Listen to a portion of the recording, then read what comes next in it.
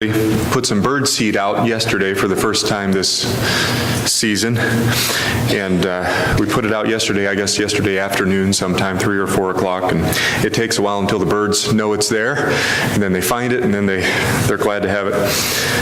But then this morning we saw a bird out there, first one we'd seen, and he had gloves on when he was taking it. But he got to it. So anyway, we did get a bird this morning, so that was nice to see. So we are in a study of the transmission of the text of the Bible down through the centuries. And the story is long. The details are fascinating.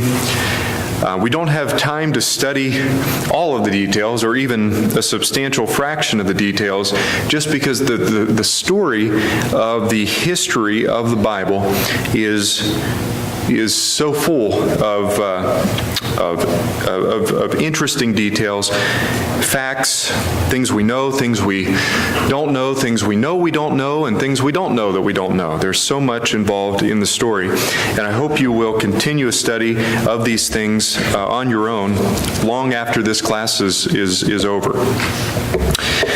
Speaking of that, we're thinking of taking about 4 more weeks, counting today, to wrap things up. We'll see if we can stay to that schedule. But that's our plan, so we're planning on 4 weeks, and then after this class, Seth will come in and take over.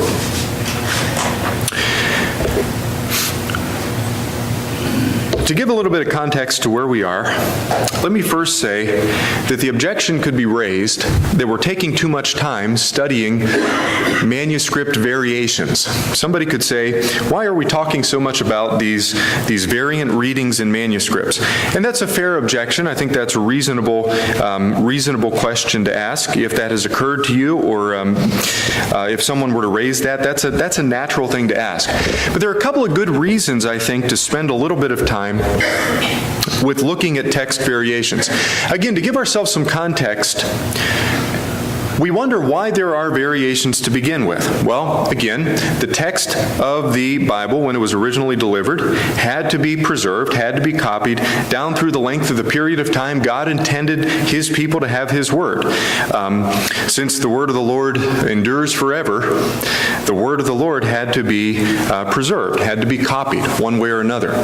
In the process of all that copying, though, the fact that humans were doing the copying led to variant readings. Errors, you might say, introduced, and they could only fairly be called errors in most cases. Accidents of transcription would inevitably pop up into the copies that were made. Once, though, you have this broad manuscript base of evidence, lots and lots of manuscripts appearing, we have to somehow decide what was the original text like. What did it look like? So we take all of these manuscripts with their variant readings and have the desire and the goal of coming back to a single reading that looks identical to the original that was delivered by the apostle or prophet centuries and centuries ago. So there are many variants to consider, many to look at, and the goal is, again, to come to a single reading of the passages in the canon of Scripture. In the New Testament in particular, we're sort of focusing on, but the same is true of the Old Testament. But someone says, why are you spending so much time talking about these variant readings that appear in the text? There are positive and negative reasons, I think, for doing this. Let's take the negative first. There are a lot of people in the world who have great interest in discrediting the Bible any way that they possibly can. And one of the ways they'll try to go about doing that, and do try to go about doing that, is to argue that the Bible is full of errors. Okay, and they'll push that a little bit further and say, well, we have this multiplicity of manuscripts. Sure, that's true, but how do you know which one to go with? You have variant readings from one to the next. How can we have any idea what the original looked like? So that's an objection that's raised against the correctness of the New Testament that we have in our hands. And so some answer needs to be given to that. So that's one issue. But then on the positive side, I think it's worth noting that the fact that we have this discussion at all, that we spend time talking about, and we'll see what I mean by this, I think, as we go on here. But the fact that we have this discussion at all highlights how highly accurate the text of our New Testament and Old Testament is. We'll look at in a minute at the fact that between the two large bodies of manuscripts, they're sort of grouped in a certain way, there are a couple of groups, between the two largest of those bodies of manuscripts, there's something like 98% agreement. 98% agreement. And so that 2% of deviation is where all of the efforts that we're talking about now are spent. Okay, that's where the interest is in sorting out this 2% deviation, 2%, you might say, uncertainty as to the original text. And tremendous progress has been made and continues to be made on that 2% deviation to a point where the level of purity and accuracy that we have in the Bible is truly unparalleled. And so there's a negative. We have to be able to respond to critics and those who raise objections. And if we don't individually, our children do, and our grandchildren do, and others that we might have some influence on, need to be equipped and prepared to deal with objections that will come. We shouldn't be as surprised that objections come, but we should do our best to be equipped to deal with them. And then on the positive side, that the discussion that we're having is focused on a very small subset of the text itself. So with that, let's get back into where we were last week. So we were talking about the significance of variations. We said there are trivial variations. This constitutes the vast majority of the deviant readings. The variant readings are things like whether or not the article in the Greek is included or not included. And I find myself doing that kind of thing. I was thinking about this morning. When I write emails, which I do, it seems like all day long, when you write emails and I go back and read them, one of the things I do very frequently is drop articles. I leave off the word "the," and I think I'm doing it when I'm writing it in the interest of efficiency because it doesn't seem to be necessary, and so I say, instead of saying the textbook, I'll say textbook and just try to cruise through it, I guess. But this sort of thing, at any rate, is very common, and this constitutes what you would call a trivial variation or a trivial error in the text. Then there are more significant ones, though.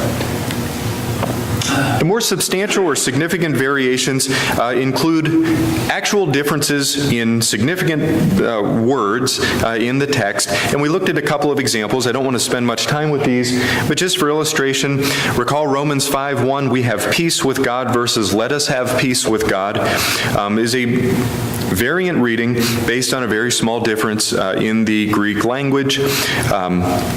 1 Thessalonians chapter 2, we were babes among you versus we were gentle among you. Again, small variations. 1 John 1:4, that your joy may be full versus that our joy may be full. So what's the appropriate pronoun there? Revelation 1:5, I shouldn't be going through these. More than one on a slide there, sorry about that. Revelation 1:5, washed us versus freed us from our sins.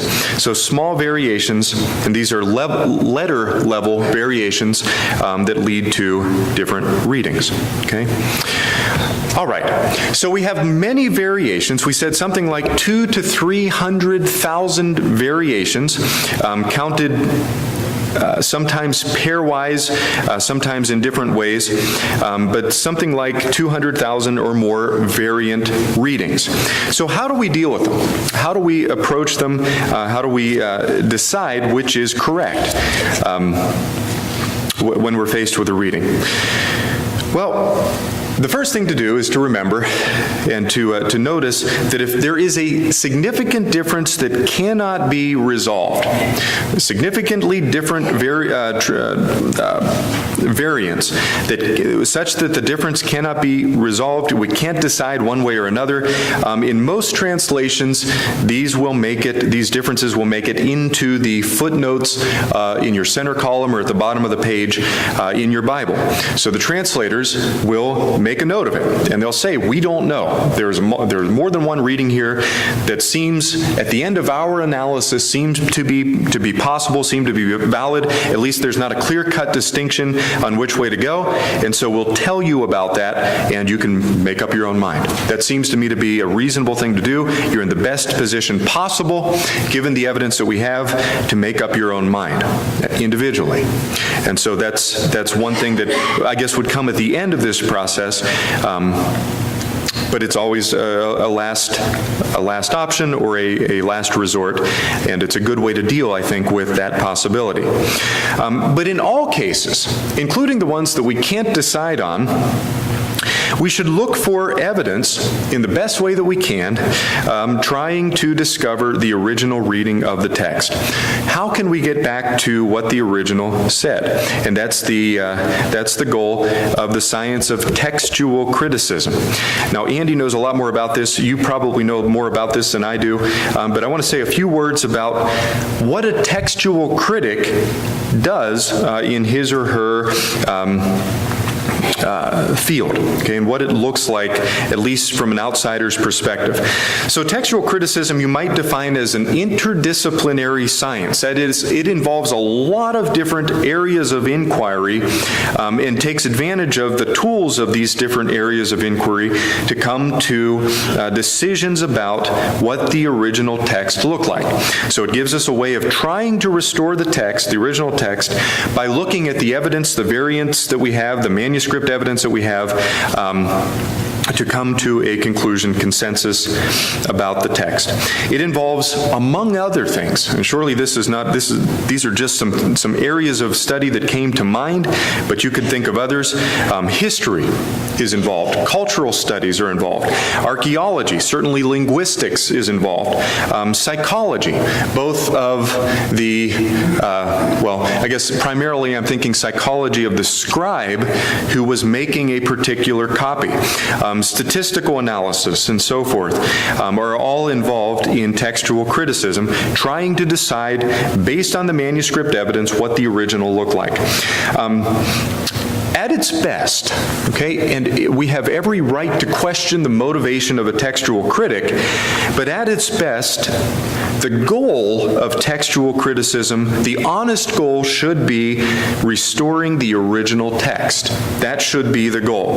If a textual critic is doing his or her job right, and honestly, they should be preoccupied only with restoring the original text. And so that's the goal in the ideal. Now, textual critics are human beings too, okay? But that's the goal. That's the goal. So you might say the process is comparable to some things that we do in our everyday lives. For example, restoring or reconstructing a piece of old furniture. So if you take a piece of furniture, it has layers of paint all over it, maybe, multiple layers of paint that you try to remove to get back to what lies underneath. So you dig a little bit. Maybe there's a nick or a gouge taken out of the wood if it's made out of wood. And you know probably that gouge was not a part of the original, so you might think about trying to fill that in some way to get it back to what it looked like when it was originally created by a craftsman. It might be like trying to reconstruct a crime or an account of a crime from several accounts or eyewitness accounts of that crime. So if several of us witness a crime, the crime is a reality, it took place in the real world, but we have only accounts that testify to it from multiple angles, and so we try to go back and reconstruct what the crime looked like based on those accounts. Or the same thing could be said of any historical event to which we have accounts from generally reliable witnesses. We try then, based on those testimonies, to go back and reconstruct or rebuild the event itself. Okay, so the process is maybe something like these things. The following are a list of translation, I shouldn't say translation, a list of principles taken from Westcott and Hort, I believe their names are, in the process of creating their 1881 text of the Bible, coming to what we now call the critical text of the Bible. Here are some principles that they used in trying to rediscover or recover the original text of the New Testament in particular. So they said, older readings, manuscripts, or groups of manuscripts are to be preferred. Generally speaking, if you have a pool of manuscripts and you can date them with reasonable accuracy, you should prefer the older ones. Why does that make sense? Why is that a sensible thing to do? It's closer to the original, right? It's more accurate. It's likely to be more accurate, okay? And I suppose that's obvious. Now, a countervailing point to that, and again, this is my outsider perspective, but a countervailing point to that would be that maybe a manuscript is older and survived to the current era, to the point where we could discover it and get it to a museum where it couldn't be destroyed. At least we think it couldn't be destroyed. Maybe it survived because people didn't think it was very reliable. And so they said, well, let's leave that manuscript alone. We have it. We'll keep it sort of in the recesses of our library.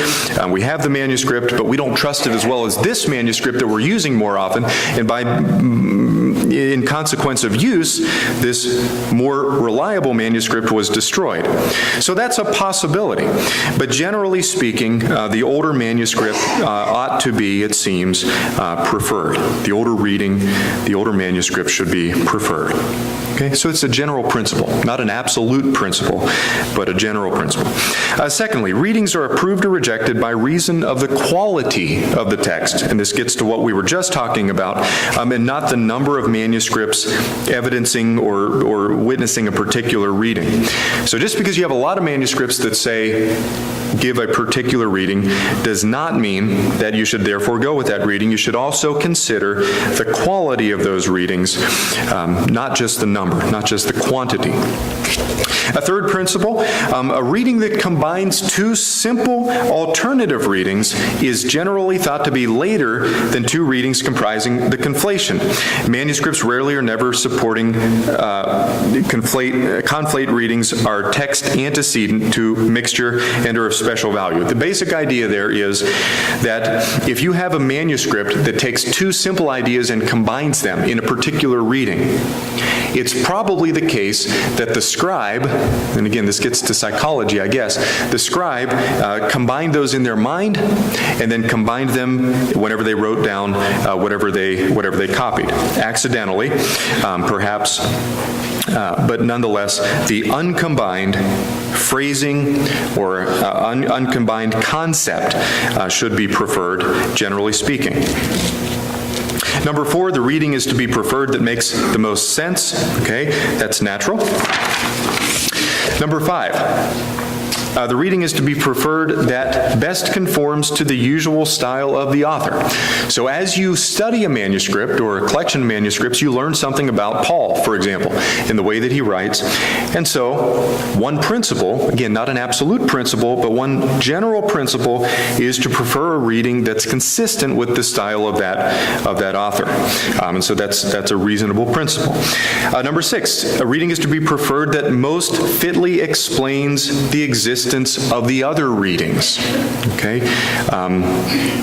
and so if you have multiple readings that you're studying, and you can imagine in a reasonable way a lineage of these readings, starting with or some sort of dependence of these readings upon the others, you might look for the first in the line of that dependence. And there are others here. I don't want to spend a lot of time on these because these were used by two specific individuals.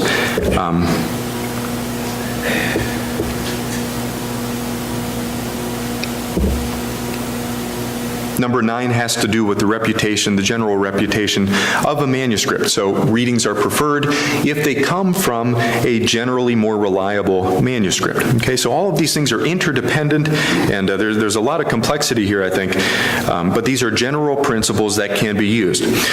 So to summarize that a little bit, we might say this. We start with a manuscript, whatever it is, and then we determine its quality and its reliability based on at least these parameters, but surely others as well. Its age, the language in which it's written. So we're using manuscript in the general sense here that could include the other things we've talked about, like translations into other languages or lectionaries or this sort of thing. Whatever the manuscript is, we say, what is the language in which it was written? Its ancestry, or whatever's known about its ancestry in relation to other manuscripts. Is it known to be derived from another pool of manuscripts? Its relation to other manuscripts and its general reputation. So that has to do with on the manuscript level. Coming down a little bit lower to the level of variant readings. So we have a particular passage, and we're studying variant readings of that particular verse, say, in the Bible, or in the New Testament. So given a list of variant readings, we employ the following principles. And again, this is a bit of a condensing of some of the things we saw with Westcott and Hort, if I'm getting their names right. Okay, so first of all, older variants are generally preferred, as we've said. More difficult, and this is counterintuitive to me. I remember the first time I thought about this, I said, why would you prefer the more difficult reading over the simpler reading? But the reason that this is done has to do with, again, psychology, I guess. That scribes generally have a tendency to simplify. So if they're copying out a manuscript, and maybe it's being read to them, and they're at their desk doing this copying, they're more likely to simplify from a more complex word or a more complicated idea than they are to themselves complicate the issue. Okay, so there's a tendency to simplify. These are not willy-nilly principles. These have been studied and exemplified extensively. But generally speaking, there's a tendency to simplify. Shorter readings are preferable. The scribe tends to try to explain things and thereby expands on what is read from the original. At least that's a tendency. Okay? And again, remember, we're talking about a very small fraction of the text itself. But where there are variations, we try to apply some reasonable principles. And finally, between equivalent or comparable accounts, slight variations are preferable to uniformity. That is, if we had an equivalent verse in Matthew and in the book of Luke, it might be more likely that a deviant reading, if there are multiple readings, that a deviant reading that puts Matthew at something of a distance from Luke is to be preferred, because the scribe will tend to harmonize and tend to duplicate what he knows from another context. So there's a tendency toward these certain activities. Okay, so these are general principles. Again, I am an outsider with respect to this, really all of these things, but we can see some reasonableness in these principles themselves. But again, let's not overstate the case. Let's remember the following. First of all, the majority text, which takes its approach by looking at manuscripts and just looking at what reading shows up most frequency, so a study of the frequency of the reading, the majority text as compared to the critical text, which is a reading of the New Testament that comes after this textual criticism has been done, the difference between those two shows something like 98% agreement. Now, how exactly that statistic is reached, I don't know. Is it the case that 98% of the words are in equivalent positions? I don't know exactly how that is reached, but there's a high degree of accuracy between these two bodies of you might say these two results of trying to reach the original text. So the majority text versus critical text shows high degree of agreement.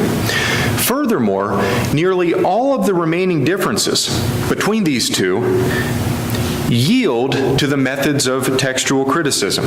That is, with high probability, we can say, or it has been said, that our New Testament is something like 99.5% pure to the original.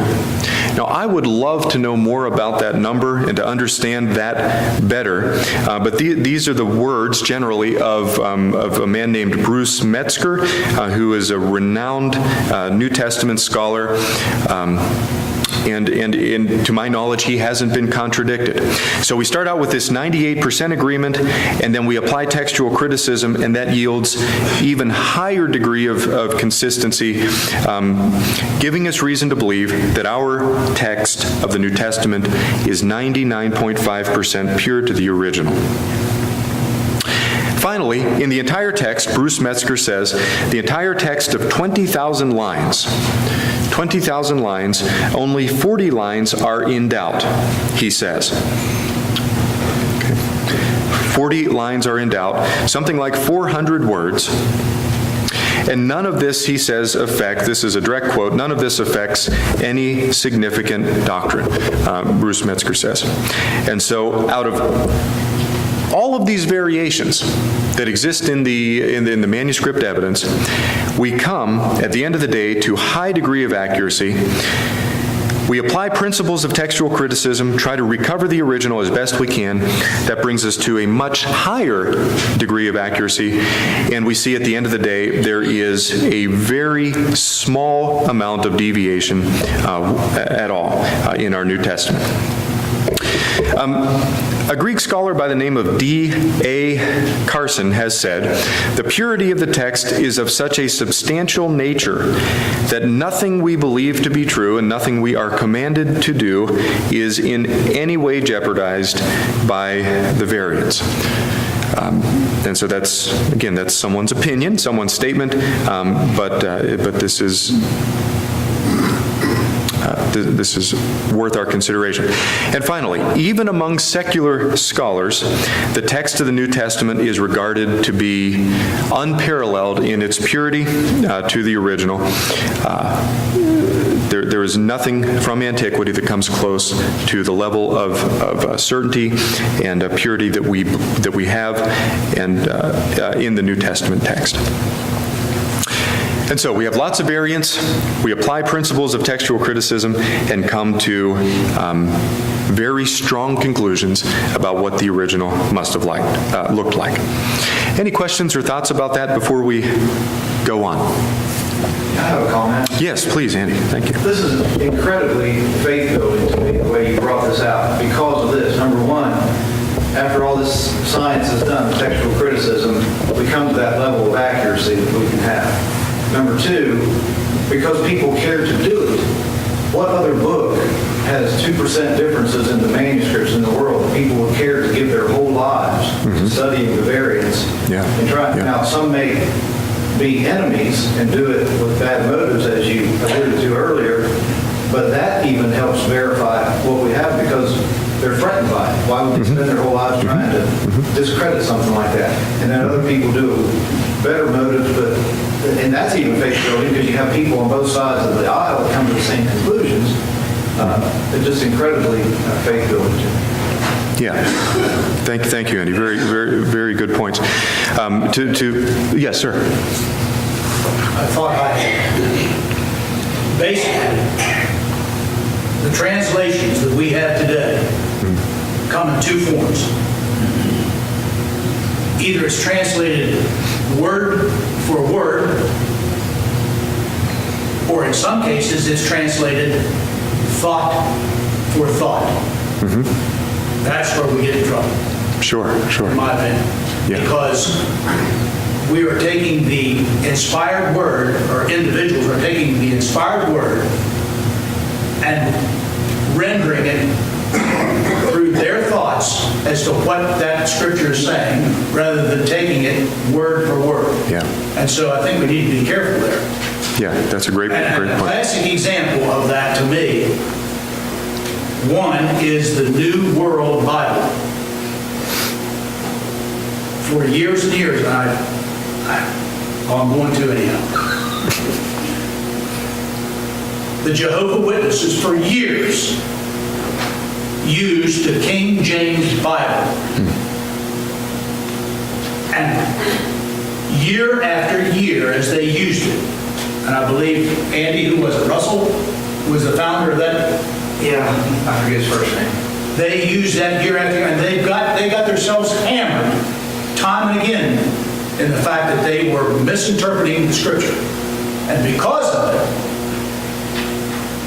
to further their doctrine and their position, they, I don't know how many it was in the Jehovah's Witness movement, translated the New World Bible, which takes Christ out of it. Yeah, So, you have that situation. Another thing I think is, in my opinion anyhow, is important. An eldership should try to narrow, at least to some degree or other, the number of translations that's being used in a congregation, because if you don't, there can be variations in those scriptures that create problems. Absolutely. If this eldership said, it doesn't make any difference what translation you want to bring in here, let's just fill the pews with some NIVs, let's fill some pews over there with a New World translation, what would we have over a period of time? Chaos. Yeah. Confusion, probably a split in the congregation before it was over with, simply because the eldership didn't take the time and the effort to try to narrow that field down. Yeah. Maybe I'm being overzealous, maybe I'm being ridiculous, but that's my opinion.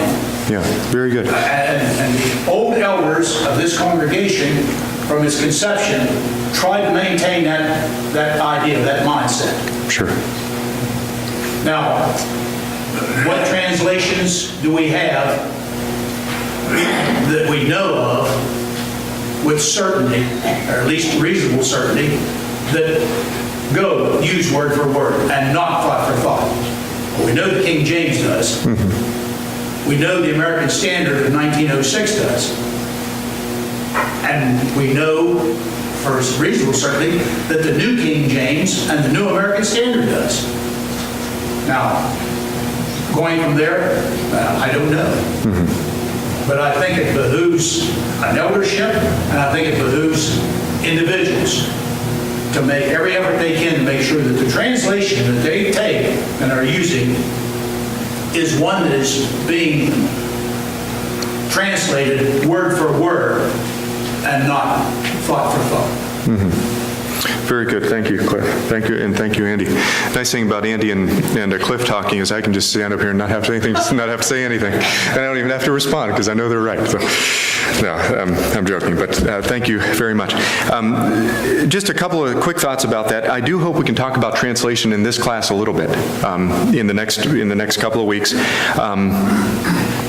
And when you were talking, Cliff, it made me think about an interesting point, which is aside from lots of standard reasons that I have in my mind for why we should prefer a word-for-word translation, many of them biblically based, okay? I believe they're biblically based, is the context we're talking about now. Why would all of these people go to this trouble with textual criticism and trying to get back to the original so carefully if at the end of the day we're going to say, let's just throw out, I don't want to be disrespectful, but something like a loose translation, right? So yeah, very good, very good. Thank you very much. And I do hope we can pick up and talk a little bit more about that. Not to interrupt you again, well. one of the things you mentioned here, I was thinking about that we even have a translation, it's a short version, what is it, the Reader's Digest version of the Bible? Give me a break. Yeah. Yeah. I mean, it's ridiculous, the point, or the means it's used. Now, how many translations have we got?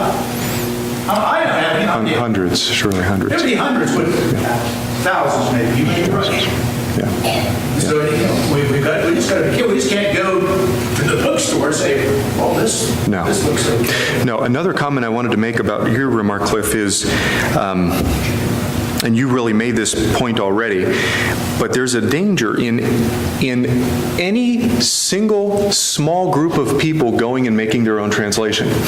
You're familiar maybe with the Hugo McCord, didn't he make a translation of the Bible where he famously translated baptizo as immersion and that sort of thing? And that's wonderful. That's great. Okay, I like that. But should we use that translation as our only translation? I don't think so. I would never want to do that, even though I respect him highly. You know, I don't want to be involved in a religion that lives in a box and never has any contact with the outside world. Do you see what I mean? And that's going back to what Andy was talking about, this idea of looking at these scholars who've dedicated their lives to textual criticism, to restoring the original text. For one thing, that tells me there must be something, it must be possible to do that, right? Otherwise, so many people wouldn't dedicate their lives to do it. And also it tells me that there are people across the spectrum who acknowledge the general reliability of the text itself. And so it's like, I guess it reminds me of, who was it said who did Paul say it to? Festus, these things haven't been done in a corner, right? We're not hiding away from the world.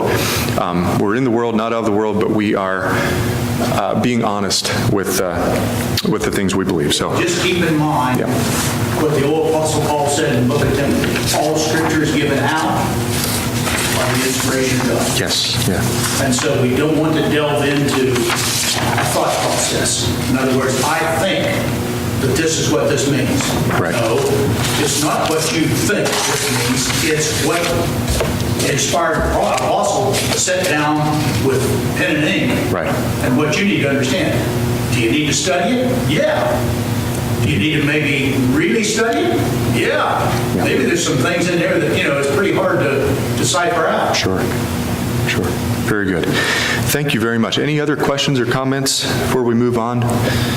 Just one thought. Yes. The difficulty sometimes with a literal translation is that you get into a passage that you can't quite understand because the way the words are used aren't the way that we would normally use them today. Yeah. And so instead of saying, well, I'm going to read through The Messenger or, you know, one of these other thought-based translations, I think the best way to understand the passage is to look at other passages in the Bible that might shed some light on it. Sure. You know, the Bible, there are very few things in the Bible that are only touched on once. And so if you run into a passage that you don't understand because it's a literal translation and it's difficult, then look up some other passages in the Bible that comment on that same topic. Sure. Very good. And I thought you were going to say look at other translations as well. Yeah. You know, remembering we're trying to get back to the original. Very, very good. There's a lot that we could say about that.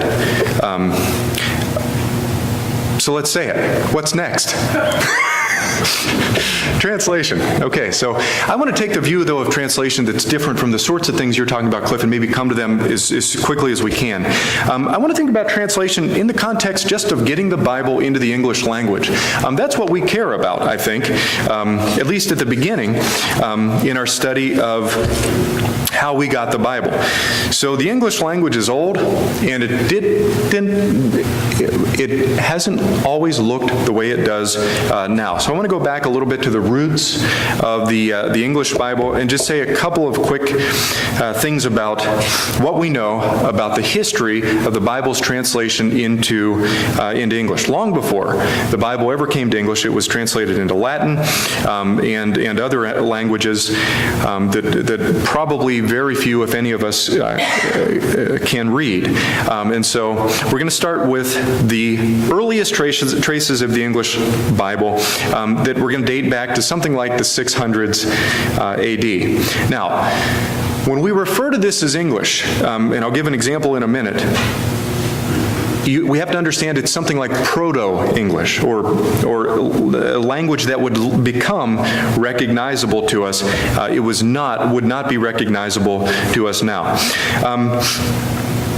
There is a monk who was known as Bede the Venerable, and he wrote a book and talked about another author named Caedmon, if I'm pronouncing any of these things right, who was, quote, gifted at putting the Bible stories, which he would have accessed maybe in Latin or something, into the Anglo-Saxon tongue.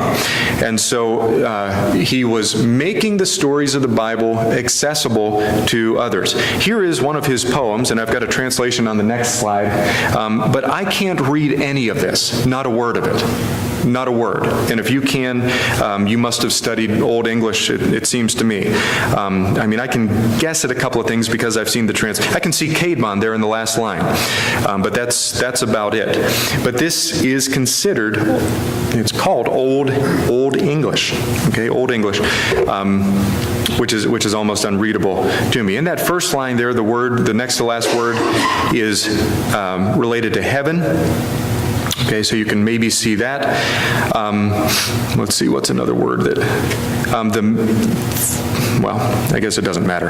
But you could look through these things and try to pick out words that maybe you recognize. Here's something like the translation. Now let me praise the keeper of heaven's kingdom, the might of the Creator in his thought, the work of the Father of glory, how each of wonders, the eternal Lord, established in the beginning. He first created for the sons of men heaven as a roof, the holy Creator, then middle earth, the keeper of mankind, the eternal Lord, afterwards made the earth for men, the almighty Lord. In the beginning, Caedmon sang this poem. And so, but this is, again, unrecognizable to us at the beginning. So English used to look differently. What was, though, going back to Bede the Venerable for a minute here, he commented, so these Bible stories are put into the English, the Anglo-Saxon tongue. Think about what that means, what that would have meant for the people who originally were hearing these things. The literacy rates, and we'll get to this in a minute, were very low so far as we could tell. Something like 10% literacy rate at this time for men and 1% for ladies, for women. 10% literacy. Now that's not to say that they weren't very good communicators and that they couldn't make very good points and use reason just as well as we can or maybe better, but they were not literate. They did not have the ability to pick up a text, study it, and read it for themselves. And especially they would not have had the ability to read in another language, to read in the language of Latin, which was the language of the scholars and so forth. So what this individual is doing is wonderful. At least on the surface, what we know about him, what I know about him, is a wonderful thing. He's making the Bible accessible to people, to souls. And so that's an amazing thing. I think about this in modern terms, in this congregation even, in terms of how important it is to us that people can hear the Word. I mean, even our sound system, our microphone system, the hearing devices we have in the pews, all of these things are designed and intended to help us get the Word, the ideas, the stories of the Bible, you might say, into our hearts. So thank you for your attention. We'll pick up with this next week.